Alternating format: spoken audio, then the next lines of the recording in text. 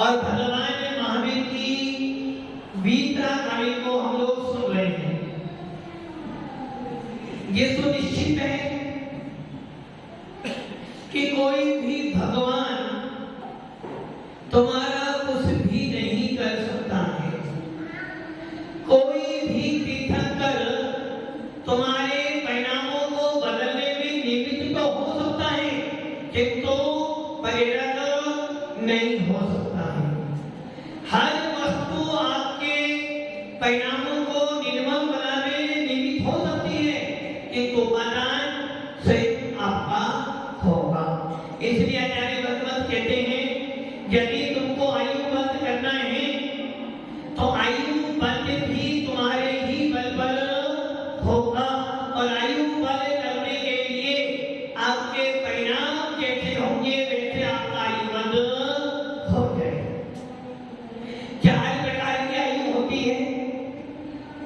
त्रिजंश, देव, नर और मनुष्य।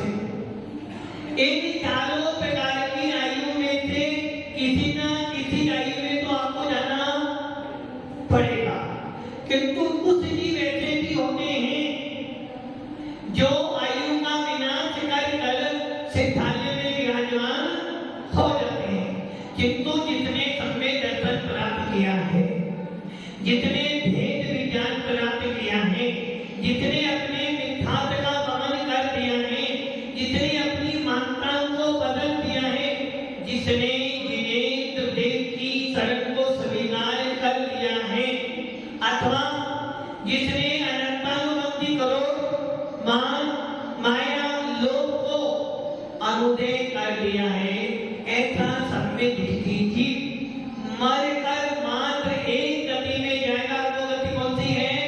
देव गति। सम्य दृष्टि जीव मर कर मात्र देव गति में जाएगा और देव गति में जाने के बाद आकृतिक जीव चैतन्य की वंदना करेगा। अब आप सम्य दृष्टि हो या मिथ्या दृष्टि हो, यदि मिथ्या दृष्टि हो तो चारों गति खुली है, सम्य दृष्टि हो तो मात्र एक गति खुली है। वो गति कौन सी है? देव गति।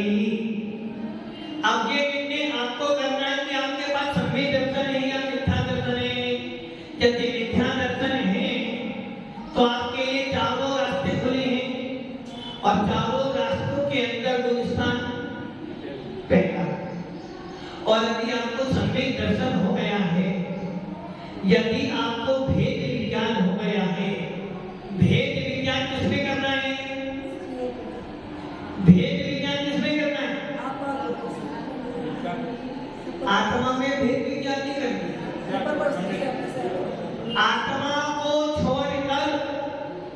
जितनी भी वस्तुएं हैं, चेतन हो या चेतन हो, सबकी सब वस्तुएं मेरी आत्मा से भिन्न हैं। सारी वस्तु मेरी आत्मा से अलग है। यहाँ तक कि ये जो शरीर मिला है, ये शरीर भी मेरा,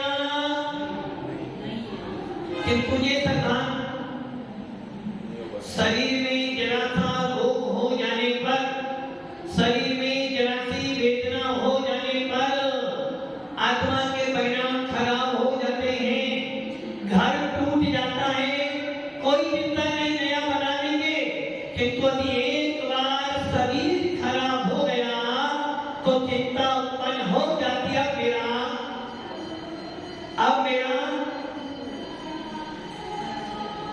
अब मेरा क्या होगा? किंतु ये बात भूल जाते हो कि शरीर के छूट जाने पर भी आत्मा का मरण होने वाला। आपको ये तो चिंता हो गई कि यदि शरीर में कोई रोग हो गया है तो मेरा जीवन, किंतु ये बात भूल जाते हो कि शरीर भी मेरा, शरीर मेरा नहीं है, घर मेरा नहीं है, परिवार मेरा नहीं है, दुकान मेरी नहीं है। अब ऐसी कौन सी वस्तु है जो आपकी नहीं है? मेरे आत्मा पर जितने भी कर्म लगे हैं, कितने कर्म लगे हैं? कितने कर्म हैं? कर्म 3 प्रकार के हैं, द्रव्य कर्म, भाव कर्म और नो कर्म। द्रव्य कर्म 8 प्रकार के, जनावटी आदि 8 कर्म। भाव कर्म राग द्वेष मोह कथाएं, क्रोध मान माया लोभ, ये सारे मेरे भाव हैं। और नो कर्म मतलब 3 शरीर 6 प्राप्ति, ये भी मेरा। क्या ऐसा श्रद्धा है? क्या मन के अंदर ऐसी भावना आती है कि ये मेरा कुछ भी नहीं है, मकान मेरा नहीं है, परिवार मेरा नहीं, ये तो बात सत्य है। किंतु पत्नी बच्चे, माता पिता मेरे नहीं है, ये बात आ जाती है कि माता पिता मेरे नहीं है, भाई बहन मेरे नहीं है। किंतु पत्नी बच्चे तो मेरे ही हैं, मेरे सुख दुख में मेरा साथ। किंतु भेद विज्ञान का अर्थ है, शरीर भी जब मेरा नहीं है, मेरे शुभ अशुभ परिणाम भी मेरे नहीं है, तो फिर प्रत्यक्ष में अलग दिखाई देने वाली बच्चे पत्नी मेरे कैसे हो सकते हैं? यदि ये श्रद्धान आपको है कि मेरी आत्मा के सिवा कुछ भी मेरा नहीं है, मात्र मेरा ज्ञान दर्शन सुख भी यही मेरा है, आत्मा के गुणों के अलावा मेरा कुछ भी नहीं है। यदि ऐसी श्रद्धा है तो आप कौन हो गए? सब में दृष्टि हो। और यदि आपके मन में सिद्धांत बैठा हुआ है और बाहर आकर मंदिर भी जाते हो, पूजा भी करते हो, साधु की सेवा भी कर रहे हो, जीवनी का स्वाध्याय भी कर रहे हो, तो समझ लेना कहीं ना कहीं अभी आपका गुलिस्तान पहला है। और यदि गुलिस्तान पहला है तो चारों गतियां खुली हुई है। और यदि भेद भी क्या हो गया तो आपकी मात्र एक गति बची है, देव आयु, उसके अलावा कहीं नहीं जा सकते। और मान लो यदि आपने पहले आयु बंद कर लिया तो आयु बंद 2 अवस्था में हो सकता है। आयु बंद की 2 अवस्था है, पहली अवस्था मिथ्या और दूसरा है सम्मित। इसके अलावा आयु बंद, तीसरे गुलिस्तान में आयु बंद नहीं होता, क्योंकि वहां पर मिले जुले परिणाम हैं। उदाहरण आचार्य कह रहे हैं, तीसरे गुलिस्तान में कैसे परिणाम है? दही में आपने गुड़ डाल दिया, दही में और जब दही में गुड़ डाल दिया है और आपको खाना है, स्वाद कैसा आएगा? खट्टा या मीठा? दोनों कैसे आएंगे? एक ही आ सकता है, वो खट्टा या मीठा आएगा? खट्टा आएगा, मीठा आएगा? दोनों आएंगे? दोनों तो नहीं आ सकते, या तो खट्टा या मीठा, दोनों आएंगे ना? एक ही समय में आएंगे, दोनों से अलग अलग समय आएंगे? एक ही समय में खट्टा भी स्वाद आ रहा है, उसी समय में मीठा भी स्वाद आ रहा है, और दोनों स्वादों में से हम निर्णय नहीं कर पा रहे हैं कि इसका स्वाद कैसा है। ना खट्टा बोल सकते हो, ना ही मीठा बोल सकते हैं। अब आप ये सोच लो, एक आपने दही में गुड़ डाला और उसका स्वाद तो आ रहा है, ऐसा नहीं कि स्वाद नहीं आ रहा है, स्वाद तो आपको आ रहा है, किंतु आप ये निर्णय नहीं कर पा रहे कि ये स्वाद खट्टा है या। एक ही समय में दोनों स्वाद आ रहे हैं। वैसे ही तीसरे गुण स्थान में आपके भाव कैसे बने? ना मिथ्यात्व रूप है, ना सम्यक रूप है। एक ही समय में मिथ्यात्व रूप भी और सम्यक रूप भी है, जिसके कारण आपको आयुबंध क्यों नहीं हो रहा है? जो कि जिस प्रकार तीसरे गुण स्थान में जीव के परिणाम कैसे हुए?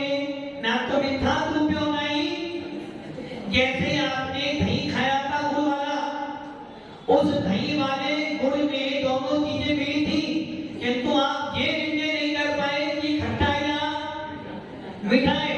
इसलिए खाने वाला पूछता है, भाई स्वाद कैसा स्वाद आया? स्वाद तो आया है, खट्टा मीठा स्वाद है। तो इसका मतलब क्या है? आपके अंदर ये विवेक नहीं रहा कि आप दोनों में से एक का निर्णय कर लो। ऐसे ही तीसरे गुण स्थान में जीव के परिणाम कहते हैं, मिथ्यात्व रूप भी और सम्यक रूप भी, दोनों मिले जुले परिणाम हैं, और जब मिले जुले परिणाम होते हैं उसमें आपको आयुबंध नहीं, और जब आयुबंध नहीं हुआ तो मरण भी तो तीसरा गुण स्थान अच्छा है ना, मरना ही नहीं पड़ेगा। पहले में जाओगे तो मरण होगा, दूसरे में जाओगे तो मरण होगा, चौथे में जाओगे मरण होगा, पांचवें गुण स्थान में भी मरण होता है, छठे, सातवें, आठवें, नौवें, 10वें, 11वें में मरण होता है, और 14वें गुण स्थान में भी मरण। तीसरे वाले का मरण, और आपको किसी को भी मरना, किसी को कोई भी नहीं मरना, तो इसलिए आपके पास एक ही ऑप्शन है, तीसरे गुण स्थान में पहुंच जाओ, मरण करना नहीं पड़ेगा, क्योंकि 12वें गुण स्थान में मरण होता नहीं, और 12वें गुण स्थान में आप जाओगे नहीं, ना मुनि बनोगे, ना 12वां गुण स्थान होगा, और मुनि बने भी जाओगे तो पंचम काल में 12वां गुण स्थान होने वाला है नहीं। 13वें गुण स्थान में मरण होता नहीं, और 13वें गुण स्थान वाले केवली होते हैं, और इस पंचम काल में केवली पाए नहीं जाते। तो बचा कौन सा ऑप्शन? तीसरा। मार एक ही ऑप्शन बचा, तीसरा। इसलिए क्या करना? मरना आपको है नहीं, अभी मरोगे तो घर वालों को दुख होगा, मरोगे तो 13 दिन का पांचक पालन करना पड़ेगा। इसलिए तीसरे गुण स्थान में बने रहो, कभी भी मरण। किंतु तीसरे गुण स्थान में आप अंतर मूर्ति से अधिक नहीं रह सकते हो। अंतर मूर्त हुआ नहीं, आपको गुण स्थान छोड़ना, या तो चौथे में चले जाओ, या फिर पहले में आ जाओ।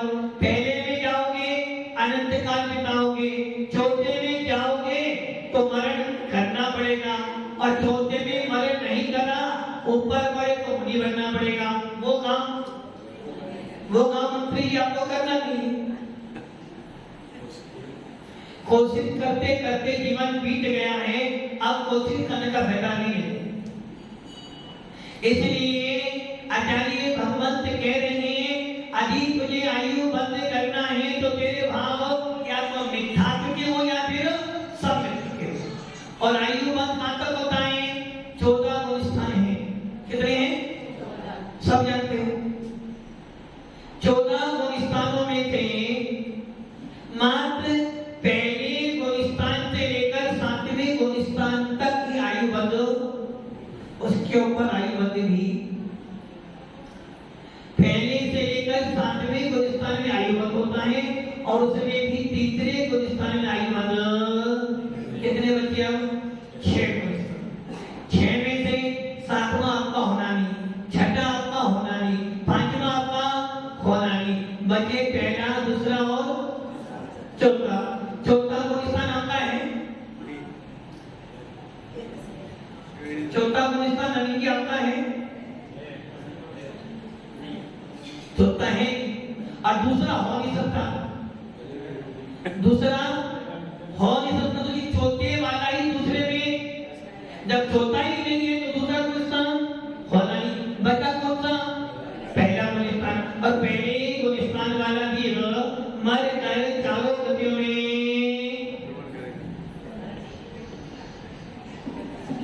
मिथ्या दृष्टि हो गए, चारों गति में जा सकते हो। और जब चारों गति में जाओगे तो गुण स्थान पहला ही मिलेगा। बस आपके पास एक ही ऑप्शन मिलता है। कौन सा ऑप्शन है? तीसरा। तीसरे में रह जाओ कि तीसरे गुण स्थान में भी अंतर्मुक्त करते रह सकते हो, उसके बाद तो पहले में तो।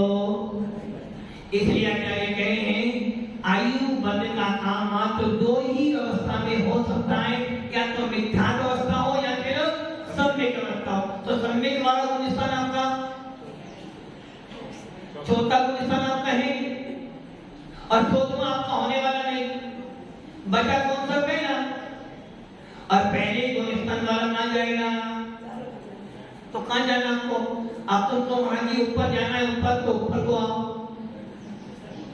इसलिए आचार्य भगवान कह रहे हैं अपनी मान्यताओं को बदलो, अपने अभिप्राय को बदलो, अपने प्रयोजन को बदलो और सम्यक दर्शन को प्राप्त कर लो।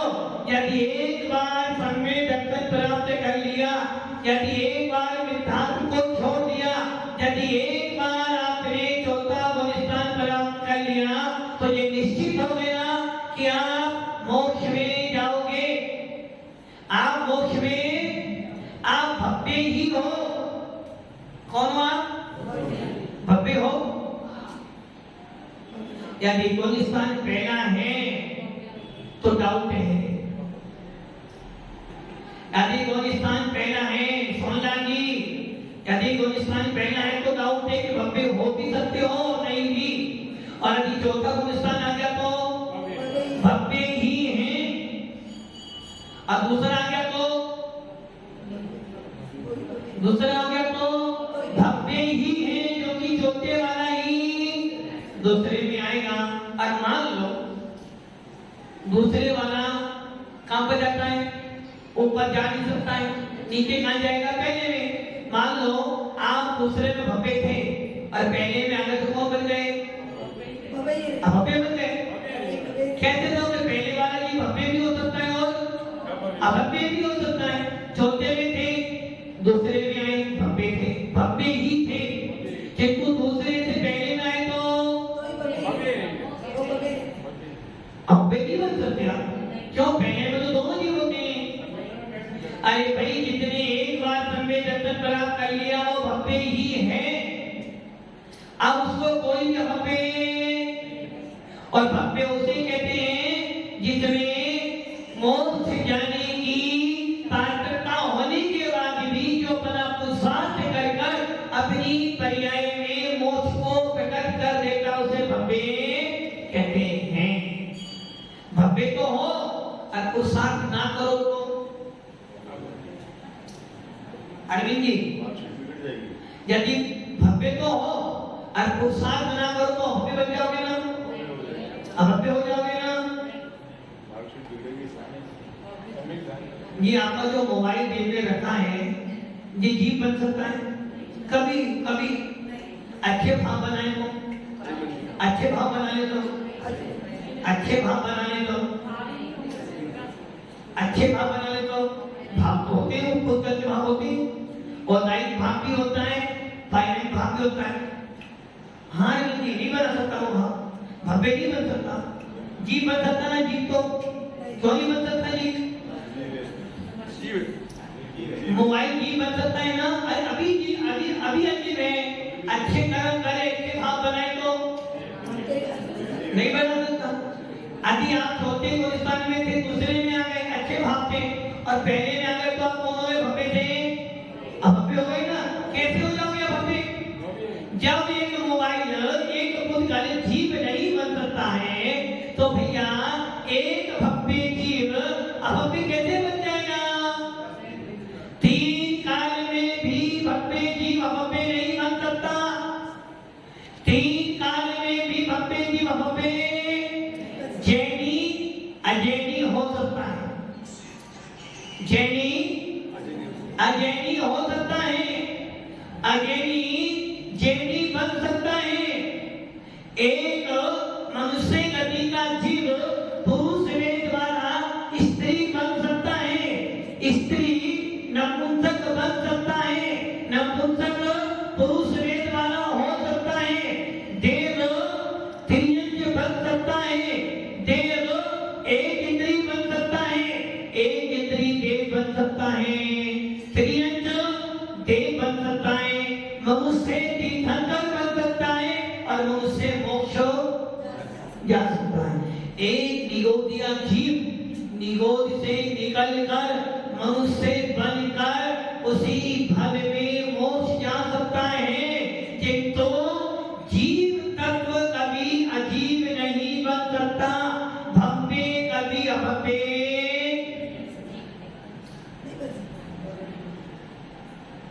भव्य जीव कभी अभव्य नहीं बन सकता है। एक निगोदिया जीव जिसने कभी कोई अच्छे भाव नहीं बनाए, एक निगोदिया जीव जिसने कभी धर्म का उपदेश नहीं सुना, एक निगोदिया जीव कभी मंदिर नहीं गया, एक निगोदिया जीव जो कभी एक इंद्री की पर्याय से बाहर भी नहीं निकला, वो भी कौन सी वनस्पति का जीव, किंतु वो जीव भी सीधा निगोद से निकलकर मनुष्य बनकर सिद्धालय में सिद्ध भगवान होकर विराजमान हो सकता है। एक भव्य कभी अभव्य नहीं होगा। जब एक अभव्य जीव तो भव्य बन सकता है ना। जब एक निगोदिया जीव जिसका गोलिस्तान पहला है, एक इंद्री है, जब वो पंचेंद्री बन सकता है, मुनि बन सकता है, सिद्ध बन सकता है, तो एक अभव्य जीव भव्य बन सकता है ना। क्यों भाई? भावों में थोड़ा तो सुधार कीजिए, थोड़ा थोड़ा प्रभु जी का ध्यान कीजिए। यदि भाव अच्छे बना लिए तो भाव सुधर सकता है।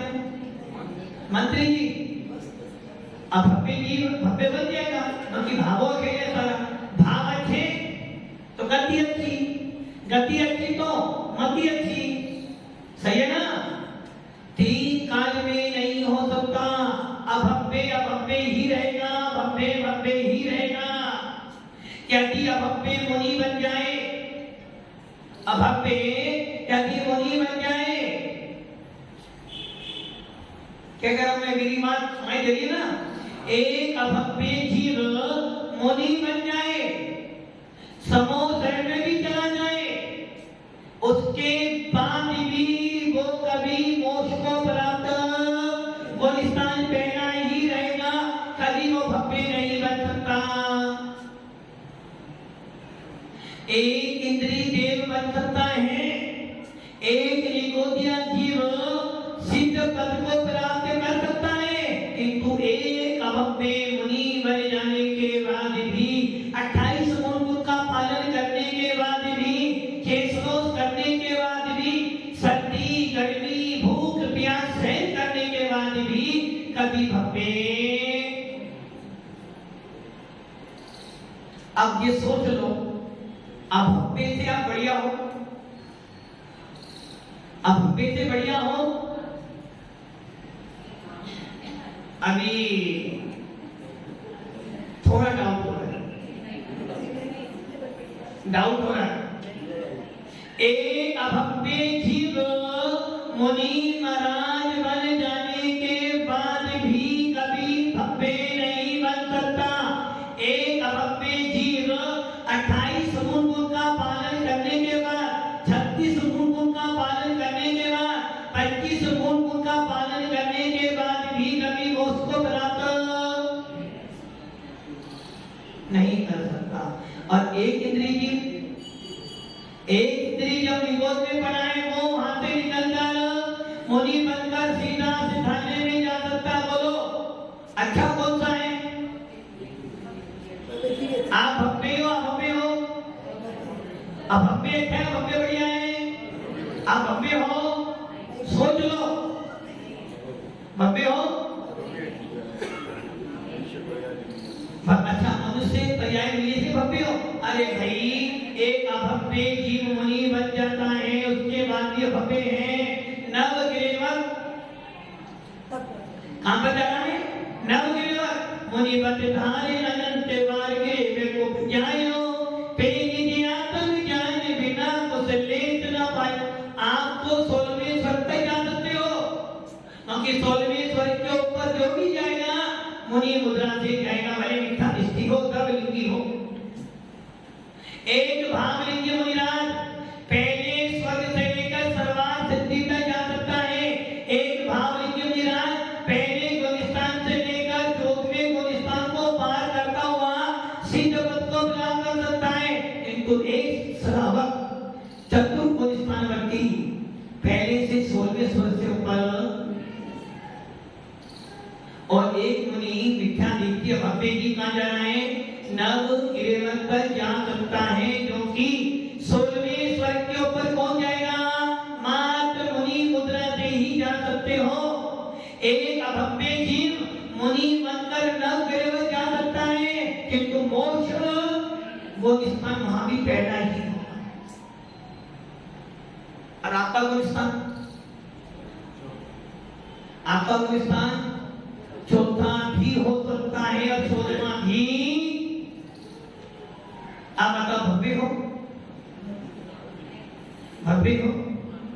इतना सब सुनने से भव्य हो, अंदर से भव्य नहीं। आप भव्य हो? पहले पहला गुणस्थान होना या ना बात अलग है। भव्य हो, भव्य हो कैसे माने भव्य हो?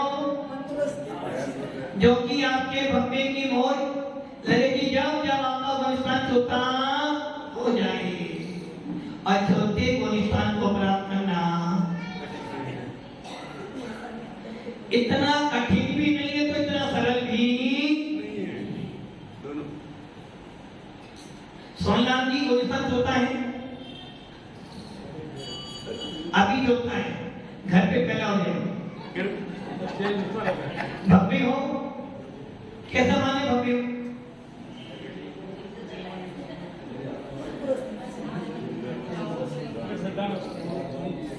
देव साधु रूपे श्रद्धा करना भव्य बना नहीं है, जब वो मुनि बन सकता है।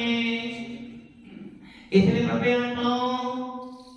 यदि आपको अपने भव्य बने का प्रकट करना है कि मैं भव्य ही हूं, तो बस एक ही काम करना है, मात्र सम्यक दर्शन प्राप्त हो जाएगा।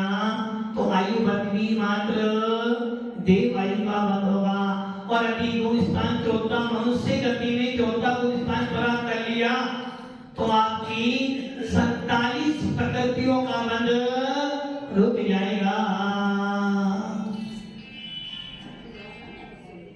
और अभी 47 प्रकृतियों का बंध रुक गया, तो आप नरक में नहीं जाओगे, देव नरक में जाओगे नहीं, मनुष्य में पैदा होंगे नहीं, तेजस में पैदा होंगे नहीं, कहां जाओगे? मात्र देव गति में जाओगे। इसलिए क्या करना? क्या करना? किंतु सम्यक दर्शन का कैसे होगा? घर में बैठे बैठे, दुकान पे बैठे बैठे, रात में करते करते हो जाएगा। सम्यक दर्शन प्राप्त करने के लिए देव उपलब्धि करनी पड़ेगी। क्षेयोपशम विशुद्धि देशना परलब्धि करण लब्धि करनी पड़ेगी और उसके बाद जाकर कहीं आपको सम्यक दर्शन प्राप्त। इसलिए यदि सम्यक दर्शन प्राप्त करना चाहते हो तो अपने भावों में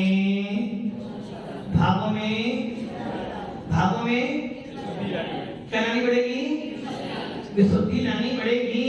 और विशुद्धि कब आएगी? जब कसाए टूटे, जब मान कसाए टूटे, जब लोग कसाए टूटे, जब आपका क्रोध वो शांत हो और यदि अनंतानुबंधी नहीं टूटी